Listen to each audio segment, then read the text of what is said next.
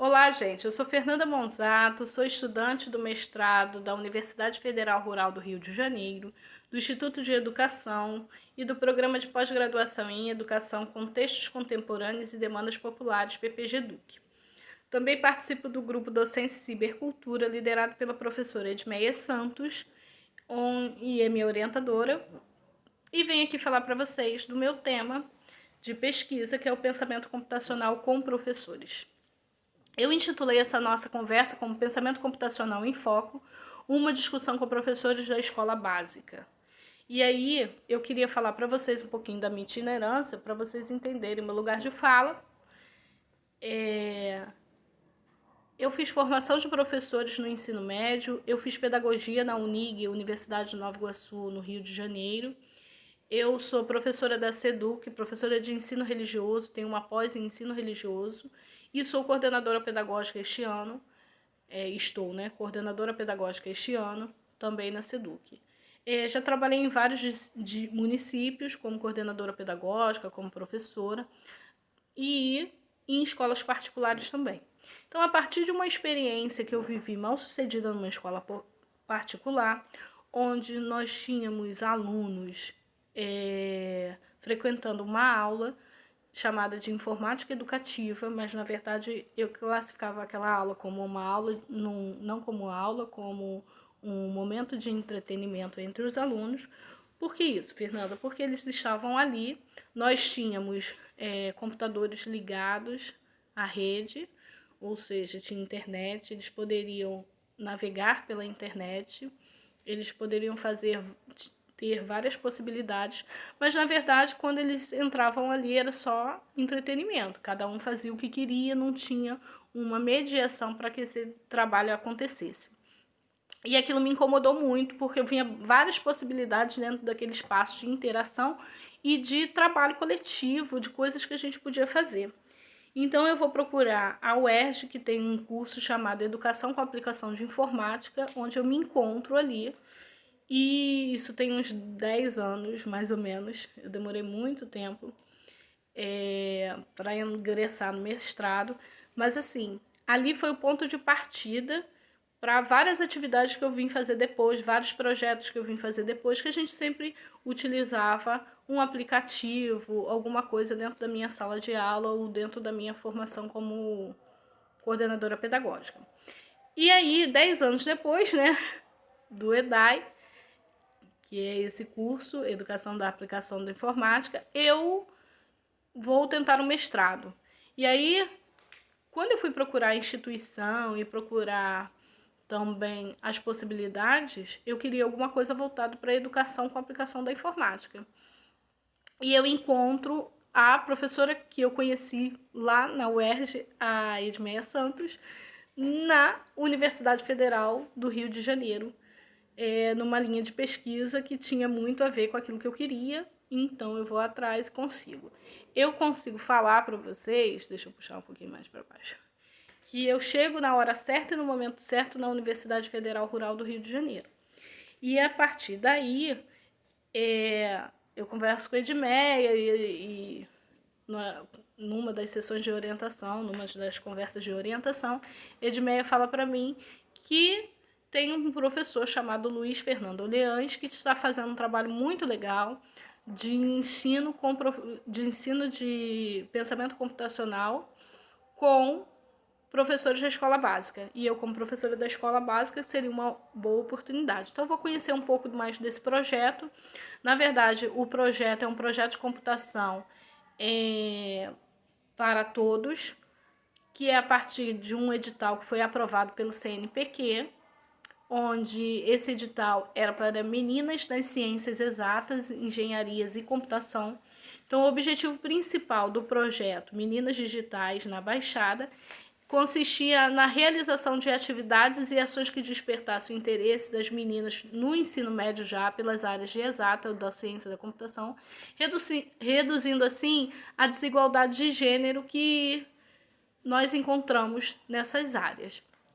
E aí tinha duas frentes de trabalho, uma com os alunos e uma com os professores. O Luiz Fernando vai trabalhar com os professores, desenvolvendo esse pensamento computacional. todos os professores da escola básica. E foi aí que eu me encontrei e vou trabalhar com a minha pesquisa. Só um momento. Então, gente, a partir daí eu consigo encontrar o meu caminho e minha pesquisa, que seria o pensamento computacional com os professores.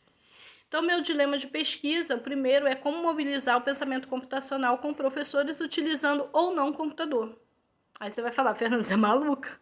Como é que você vai mobilizar o pensamento computacional utilizando ou não o computador? Se é pensamento computacional, precisa de computador. E aí eu vou falar para vocês que não precisa. E a gente pode mobilizar o pensamento computacional sem computador. Aí vocês vão ficar curiosos, porque daqui a pouco eu vou responder essa questão. Então, para resolver esse meu dilema, a primeira pergunta que eu coloco é o que é o pensamento computacional e como ele se apresenta na literatura contemporânea. Então a gente vai precisar voltar um pouquinho no tempo e a gente vai ter que contextualizar essa situação para compreender mais. Vamos pensar em Pierre Levy, que caracteriza esse novo mundo de informações que abriga toda essa influência material de comunicação digital, além dos seres humanos que ocupam esse espaço e usufruem desse material como ciberespaço. Então, Pierre Levy vai falar que tudo isso é o ciberespaço. Então, nós estamos inseridos nesse ciberespaço. Vamos entender melhor isso.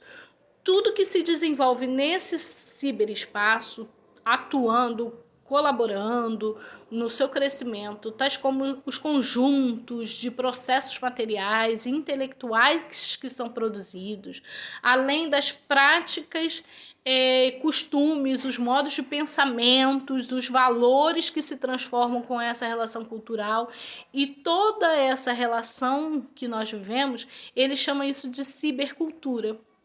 Então, nós estamos inseridos nessa cibercultura, nós produzimos materiais, nós nos locomovemos, nós estamos com um celular na mão,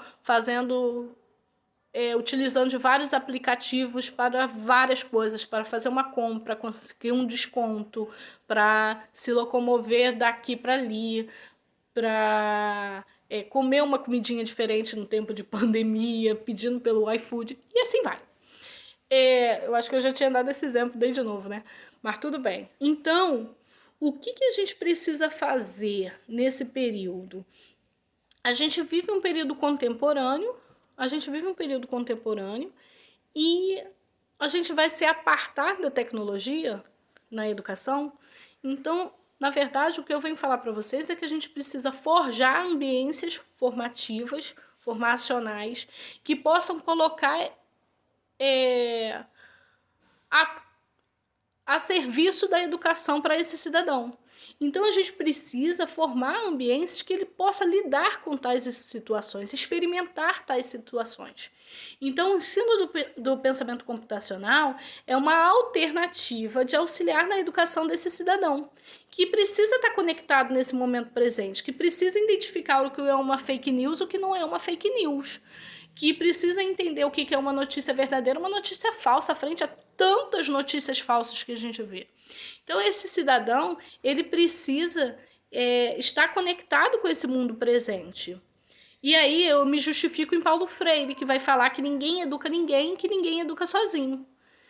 Os homens se educam mediatizados pelo mundo. E olha que o Paulo Freire está numa época que ele antecede ao acesso da internet. Então, mesmo antecedendo a internet, ele fala que nós precisamos desse mundo para a gente viver. Então, a gente não pode, dentro da nossa sala de aula, apartar o uso da tecnologia. A gente precisa colocar essa tecnologia a nosso favor. Mas a gente também tem outras formas de trabalhar esse pensamento computacional, que seria a partir de uma metodologia de computação desplugada, que eu também vou falar daqui a pouco, tá? Mas aí vamos falar um pouquinho sobre o que é o pensamento computacional, né? A gente conversou, mas eu não falei do que é pensamento computacional. Eu trago Wing que vai discutir o pensamento computacional como uma habilidade fundamental para todos, não somente para cientistas da computação, assim como a leitura, a escrita, a aritmética. Deveríamos incluir o pensamento computacional na habilidade analítica de todas as crianças, é o que ela fala. E aí ela vai falar isso porque ela acredita que o pensamento computacional deveria ser para todos, e não somente para os estudantes da ciência da computação. Embora, no desenvolvimento do pensamento computacional, nós utilizemos as habilidades muito próximas de ciência da computação, da matemática. E aí, o que seria então, Fernanda, esse pensamento computacional? Estou curioso para saber.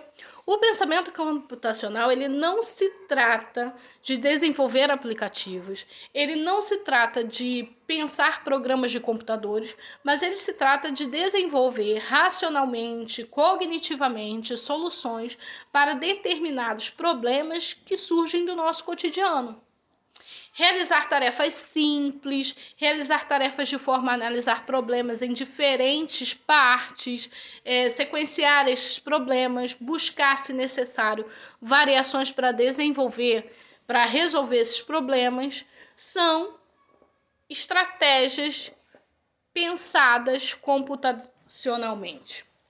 E aí a Wing, de novo, vai dizer o seguinte: o pensamento computacional envolve resolver problemas, conceber sistemas e compreender o comportamento humano, recorrendo aos conceitos fundamentais para a ciência da computação. Então, gente, nós podemos desenvolver esse pensar computacionalmente, como eu disse lá atrás, em alguns exemplos que eu dei, de uma maneira plugada ou desplugada. Só que eu preciso primeiro falar com vocês sobre quais seriam essas habilidades do pensamento computacional. E aí, nós vamos começar. Eu sigo a linha, assim, não há um autor específico formado e falado, só esse daqui tem que ser, essa caixinha aqui. Existem vários autores que pensam de várias formas. Alguns acham que devem ser 4 habilidades do pensamento computacional, outros falam em 8. Existem aqueles que se desmembram em 14, 12. Mas assim, eu gostei muito, e é esse que eu uso na minha pesquisa, que são as habilidades instituídas por Manila. Ela pensa em 9 habilidades. E aí, quais seriam essas 9 habilidades? A gente vai ver que tem muita coisa no nosso cotidiano que faz a gente pensar esse computacional, tá? E isso já responde a minha pergunta número 2, que é de que forma a pesquisa e a formação na cibercultura pode contribuir para o desenvolvimento do pensar computacional dos professores, desenvolvendo essas habilidades, eu acredito. E aí, quais habilidades seriam? Vamos lá. Coleta de dados, que é o processo de coletar as informações de um determinado problema. Então, por exemplo, quando o IBGE vai na sua casa, ele fica coletando quantos computadores tem, quantos cômodos você tem, em que lugar todas aquelas perguntas, quantas geladeiras, e assim vai. O que eles estão fazendo? Coletando dados da sociedade brasileira, por amostragem, claro. Mas aí, depois eles desenvolvem uma nova habilidade com esses dados coletados, que seriam analisar esses dados. O que é analisar dados? Dar sentido aos dados, encontrar padrões e tirar conclusões. Então, quando eles falam que a população, tantos por cento da população brasileira tem acesso à internet, tantos por cento da população brasileira tem computador, telefone celular em casa. Isso é uma análise de dados que foi feita através da coleta de dados. Então, nós utilizamos duas habilidades do pensamento computacional. Qual seria a terceira habilidade do pensamento computacional? Representação de dados, que é representar e organizar os dados. Um pouquinho atrapalhado, né? Representar e organizar os dados de gráficos, tabelas, textos e figuras. Então, assim, quando eu pego os meus dados, eu faço uma representação, seja um infográfico, seja uma tabela para demonstrar essa pesquisa, eu estou fazendo uma representação de gráficos. Então, usamos 3 habilidade de pensamento computacional. Nossa quarta habilidade seria decomposição de problemas, que é quebrar um problema complexo em tarefas menores e gerenciáveis. Então, nós podemos pensar em... Eu tenho um problema no meu carro e eu vou decompor as peças, vou tentar achar o meu problema naquele carro. Eu preciso fazer alguma decomposição de algumas coisas para achar o problema. Ah, é a bateria? Não. Vamos olhar, é a vela, é elétrico, é o motor? Um exemplo simples, tentei ajudar. O que seria abstração? Que é o próximo... que é nossa próxima habilidade. A abstração é a redução e a complexidade de definir ideias principais. Vamos pensar agora em língua portuguesa. Nosso aluno lá na escola. Eu quero que você retire do texto a ideia principal desse texto. O texto tem uma lauda e a ideia principal está lá no meio do nosso texto. Como é que o nosso aluno vai fazer para identificar a ideia principal? Ele tem que abstrair as informações que não são necessárias para que ele consiga me dar a resposta deste meu problema, correto? Então, a gente pode trabalhar a habilidade de pensamento computacional em várias outras áreas. Se eu relembrasse de novo os exemplos que nós já demos, vocês viriam que em várias outras disciplinas a gente poderia trabalhar isso. Outra habilidade do pensamento computacional seria o algoritmo. E aí o algoritmo é uma sequência de passos para a resolução de um problema ou para atingir um fim. Essa sequência de passos é aquilo que eu falei lá no início, quando nós falamos, quando eu falei para vocês dos meus alunos que precisavam acessar o Google Classroom. Então, para que eles pudessem acessar o Google Classroom, eles tinham que fazer uma sequência de passos. Eu precisava falar aperte o seu e-mail padrão, arrasta, adicionar outro, coloque a sua senha, coloque o seu e-mail, avança, coloca a sua senha, que é a data de aniversário, avança. Ao avançar, vai pedir uma nova senha, você vai avançar de novo, avançar até chegar à sua turma. Então, essa sequência de passos eu precisei fazer com o meu aluno para que ele conseguisse entrar na plataforma de aprendizagem, e isso é um algoritmo. Automação. Usar computadores ou máquinas para realizar tarefas repetitivas. E aí a gente pode pensar assim, quando eu vou no banco fazer um depósito, vou retirar um dinheiro um pouquinho maior, o que acontece? A menina do caixa, ela usa uma maquininha que conta o dinheiro, né? E já me traz tudo prontinho. Isso aí, a atividade que ela teria que fazer na mão, ela usa a máquina, que é uma automação.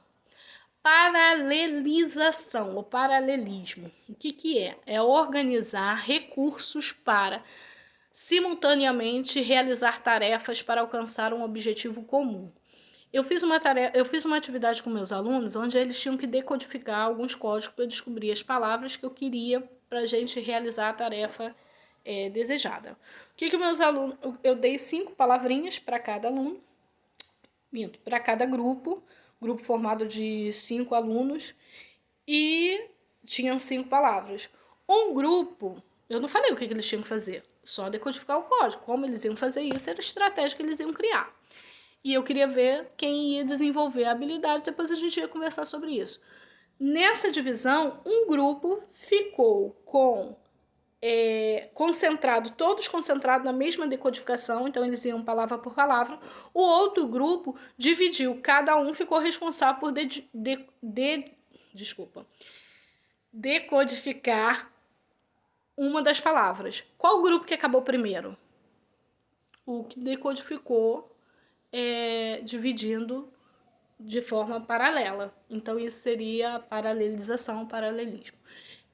O que é a simulação? Simulação é representar, ou é a representação ou modelo de um processo.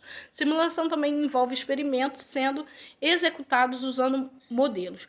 Vamos pensar agora o Detran, não sei se está fazendo mais, mas antigamente, nem tão antigamente assim, porque eu sou da época que não precisava, mas as pessoas precisavam fazer uma simulação, né, numa máquina sobre o percurso, sobre ladeira, sobe ladeira, debaixo de ladeira, né, dentro de um carro para poder depois ter a sua aula num carro. Então, isso é um exemplo concreto de simulação, tá?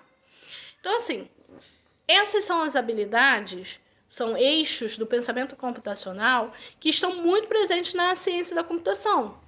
Então, é possível observar em outras áreas, como matemática também. O objetivo é a gente cogitar esses eixos nas escolas e ampliar essas habilidades para mais competências, onde os alunos consigam refletir mais coisas e atuar mais livremente dentro dessa questão de cibercultura. E aí, gente, eu falei para vocês de atividade desplugada e de uso ou não do computador, correto? Então, a atividade desplugada é uma computação desplugada, né? Ela apresenta como fundamento uma alternativa que é estimular os alunos a pensar computacionalmente sem o computador. Como é que ele vai fazer isso? Através de jogos, através de atividades concretas, através de resolução de problemas, através de desafios, através da criatividade que o professor desenvolver. Qual é o objetivo da atividade desplugada? Trabalhar esses eixos que nós falamos do pensamento computacional, só que de uma maneira concreta e sem o computador plugado. Quando eu falei para vocês dessa decodificação que os alunos fizeram, isso aí foi uma atividade que eu fiz com o Grêmio de introdução ao pensamento computacional. E aí eu queria conversar com eles e através da conversa com eles eu trabalhei também o pensamento computacional, fazendo com que eles decodificassem as palavras que seriam palavras-chave para aquele nosso bate-papo. Então, são várias atividades que nós podemos fazer que desenvolvam essas habilidades e que nós podemos, de uma maneira bem criativa, desenvolver o pensamento computacional com nossos alunos. Então, aqueles jogos que vocês produzem, às vezes, com os alunos, se pensados dentro das habilidades, é uma forma de desenvolver o pensamento computacional. Existem maneiras plugadas e desplugadas. Eu estou falando com vocês agora a maneira desplugada, porque é muito interessante a gente, dentro de uma escola pública, desenvolver o pensamento não plugado, né, no aluno, visto que muitas vezes os nossos aparatos informáticos não funcionam. E aí, eu vou falar para vocês que eu fiz uma experiência com o pessoal do 7º e do 8º ano, uma experiência onde dentro de uma sala tinham 56 alunos, eles foram divididos em grupo de acordo com a expectativa deles. Eu deixei que eles dividissem do jeito que eles quisessem, e foi interessante, porque teve grupo pequenos, teve grupos maiores. Eu dei um material muito difícil da gente encontrar, que isso é uma outra característica do pensamento computacional com atividade desplugada. É usar materiais muito difíceis como esse. Eu dei uma folha de ofício na mão deles. E aí, gente, na verdade eu estava brincando, né? Com a atividade desplugada, a gente vai usar muito material reciclado, materiais simples, materiais sem custo, materiais que a gente encontra na escola, para fazer os nossos joguinhos. E jogos de tabuleiros são jogos que eles podem fazer. Então foi essa a minha proposta, que os alunos fossem divididos em grupo e que eles criassem jogos. Apareceram vários jogos, só que assim, eu destaquei dois hoje, mas assim, em outro momento eu destaquei outros também. Mas hoje eu destaquei dois que eu acho interessante contar o contexto, como eles foram criados. Eles fizeram essa atividade dentro de um laboratório. Desculpa, eu falei errado. Eles fizeram essa atividade dentro de um auditório. Nesse auditório, eles tinham algumas maquetes no final da sala. E nessa maquete tinha alguns milhos no chão que caíram da maquete. Então, quando eu falei de jogos, eles ficaram pensando, vários grupos pensando, mas esse grupo especificamente pensou em fazer uma amarelinha. Só que ele fez um jogo com regras, não sei se conseguem ver, né? Isso aqui é a letrinha deles. Um jogo com regras de avança, de retroceder, de charadas, em que eles precisavam jogar um dado, tivesse 2 participantes, e a atividade foi chamada Meu Pintinho Vem Cá, por causa do que eles encontraram na sala de aula, que foi o milho. Então, os pintinhos tinham que chegar até o céu, como numa amarelinha. Só que para chegar ao céu, eles tinham que passar por esse caminho de 1 até o 12. E no meio do 1 até o 12, eles tinham algumas charadas que tinham que resolver, algumas pistas que tinham que resolver. Você poderia ter 2 pessoas jogando com um dado. A partir do número do dado, eles avançavam a casa e respondiam. Ganhava quem levasse mais pintinhos até o céu. Quem conseguisse completar os 3 pintinhos primeiro ganharia a atividade. Eu achei muito interessante, porque partiu deles, eu dei uma folha de ofício, depois eles deram uma melhoradinha, tá vendo? Porque a ideia era que agora a gente pudesse produzir mais material desse para que eles pudessem fazer com que os seus colegas jogassem. Infelizmente não deu tempo por causa da pandemia, nós tivemos que parar com o projeto por enquanto, mas a gente retorna logo.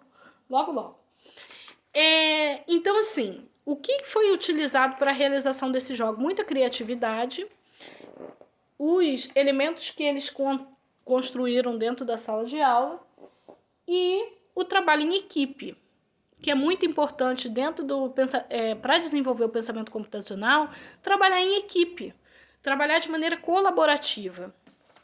E eu tenho outro também muito interessante, eu só fiquei com desenho, porque eles falaram que iam melhorar. Não sei se vocês conseguem ver.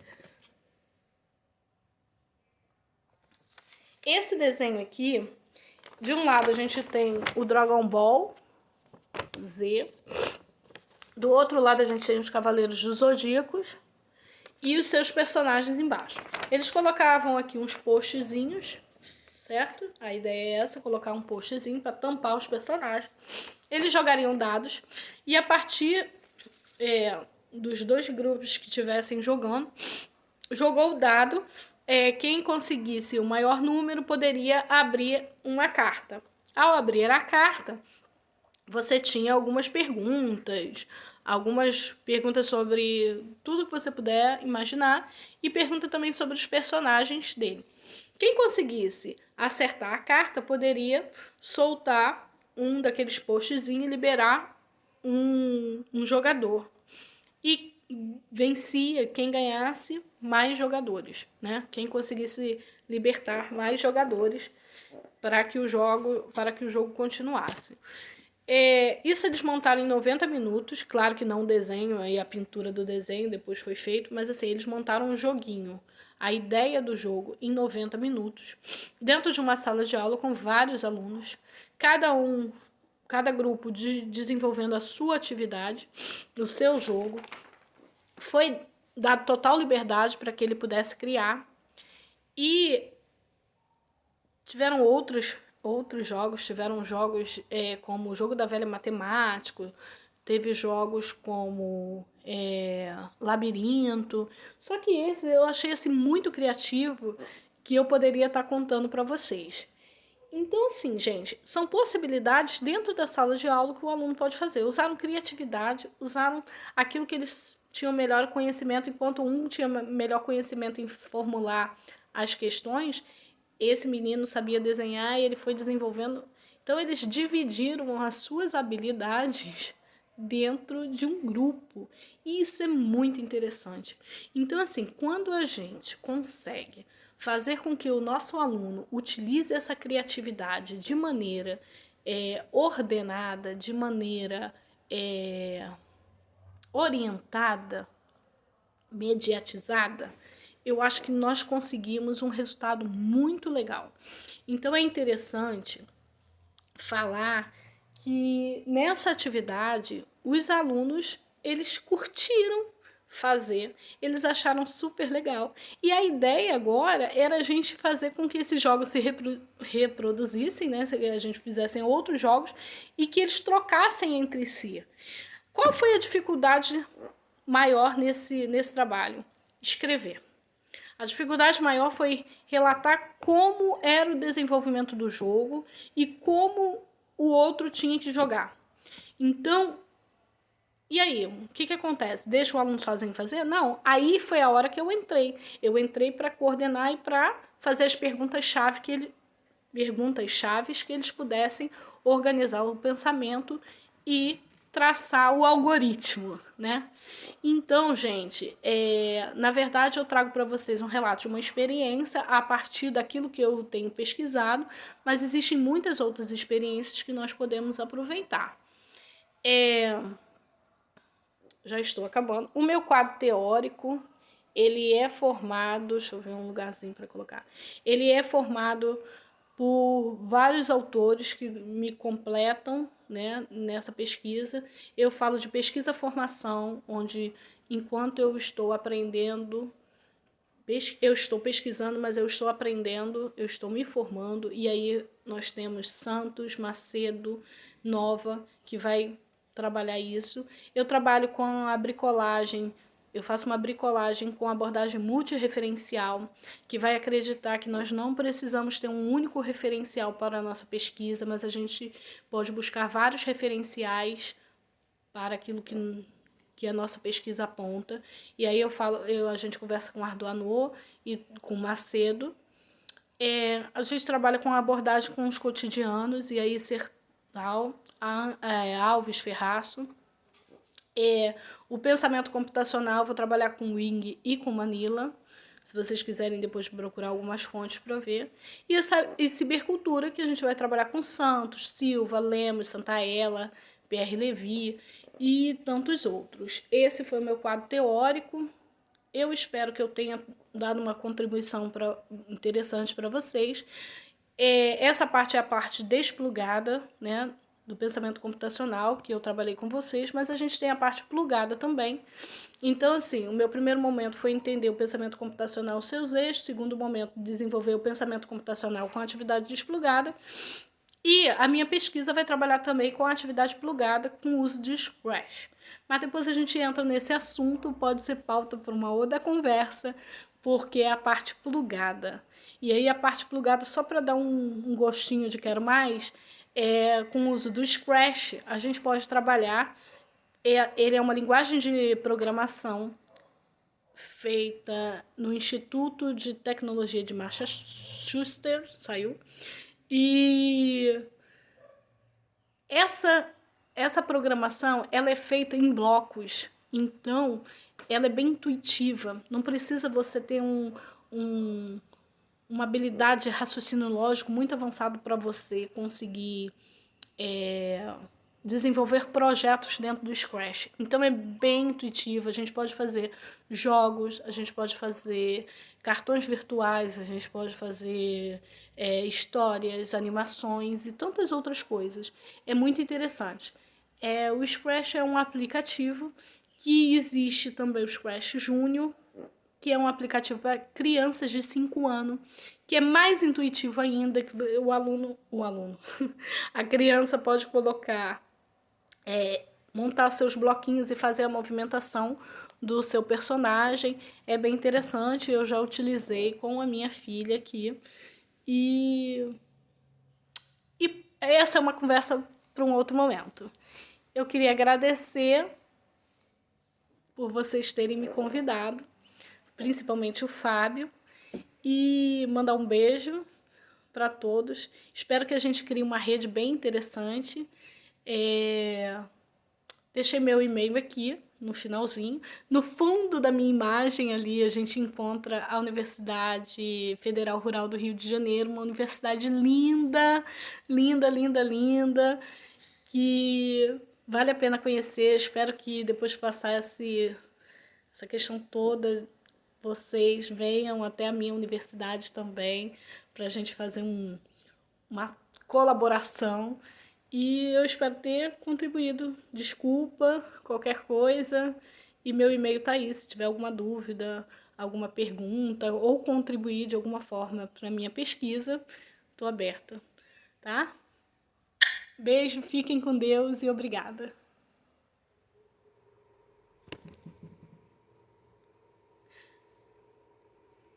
Eita, vamos fechar.